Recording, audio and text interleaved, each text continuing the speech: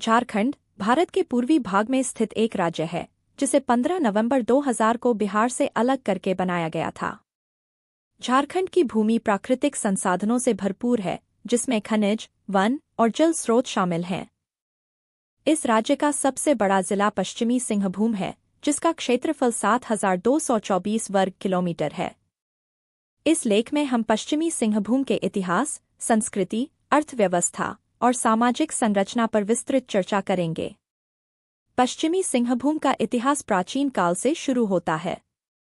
यह क्षेत्र आदिवासी समुदायों का निवास स्थान रहा है, जिनमें मुख्य रूप से संथाल, उरांव, मुंडा और हो जनजातियां शामिल हैं। इन जनजातियों की संस्कृति और परंपराएं इस क्षेत्र की पहचान का एक महत्वपूर्ण हिस्सा हैं। प्राचीन समय में यह क्षेत्र मौर्य और गुप्त साम्राज्य के अधीन था। इसके बाद यह क्षेत्र कई राजवंशों के अधीन रहा, जिनमें चालुक्य, पाल और कछवाहा शामिल हैं।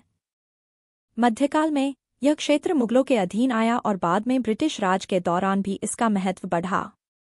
19वीं सदी में जब ब्रिटिश राज का विस्तार हुआ तो पश्चिमी सिंहभूम में कई बदलाव आए। ब्रिटिश सरकार ने इस क्षेत्र में खनिज संसाधनों की खोज शुरू की, जिससे यहाँ की अर्थव्यवस्था में बदलाव आया। कोयला, लौह अयस्क और अन्य खनिजों की खोज ने इस क्षेत्र को औद्योगिक दृष्टि से महत्वपूर्ण बना दिया। ब्रिटिश राज के दौरान आदिवासी समुदायों के अधिकारों का हनन हुआ, जिससे उनके जीवन में कठिनाइयां आईं। इस समय कई आदिवासी विद्रोह हुए, जिनमें से सबसे प्रसिद्ध सिंहभूम विद्रोह था, जिसमें आदिवासियों ने अपनी जमीन और अधिकारों के लिए संघर्ष किया। झारखंड के आदिवासी समुदायों ने स्वतंत्रता संग्राम में भी महत्वपूर्ण भूमिका निभाई। यहाँ के लोगों ने ब्रिटिश शासन के खिलाफ कई आंदोलन किए।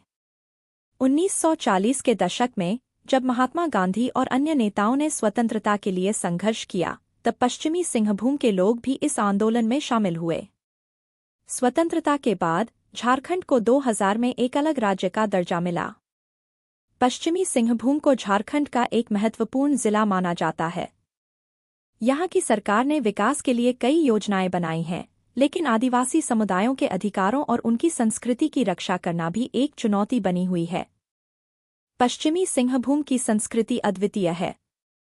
यहाँ के आदिवासी समुदायों की अपनी विशेष परंपराएं, नृत्य, संगीत और त्योहार हैं। सरहुल और कर्मा जैसे त्योहार यहाँ के आदिवासियों के जीवन का अभिन्न हिस्सा हैं। इन त्योहारों के दौरान लोग पारंपरिक वेशभूषा पहनते हैं और सामूहिक नृत्य करते हैं। यहाँ की कला और शिल्प भी प्रसिद्ध हैं, जिसमें बांस और लकड़ी की वस्तुएं शामिल हैं। सिंहभूम की अर्थव्यवस्था मुख्य रूप से कृषि और खनन पर निर्भर है। यहाँ की भूमि उपजाऊ है और धान, गेहूं और मक्का जैसी फसलें उगाई जाती हैं। इसके अलावा यहाँ के खनिज संसाधन जैसे लौह अयस्क, कोयला और पत्थर भी आर्थिक गतिविधियों का एक महत्वपूर्ण हिस्सा हैं। हालांकि खनन गतिविधियों ने पर्यावरण पर नकारात्मक प्रभाव डाला है, जिससे स्थानीय समुदायों की जीवन शैली प्रभावित हुई है। पश्चिमी सिंहभूम में विभिन्न जातियों और समुदायों का मिश्रण है। यहाँ के आदिवासी समुदायों के अलावा अन्य जातियां भी निवास करती हैं। सामाजिक संरचना में जातिगत भेदभाव और आर्थिक असमानता एक महत्वपूर्ण मुद्दा है। सरकार ने सामाजिक न्याय और विकास के लिए कई योजनाएं बनाई हैं, लेकिन इन योजनाओं का प्रभावी कार्यान्वयन एक चुनौती बना हुआ है। पश्चिमी सिंहभूम में शिक्षा और स्वास्थ्य सेवाओं की स्थिति में सुधार की आवश्यकता है। यहाँ के कई क्षेत्रों में स्कूलों और अस्पतालों की कमी है।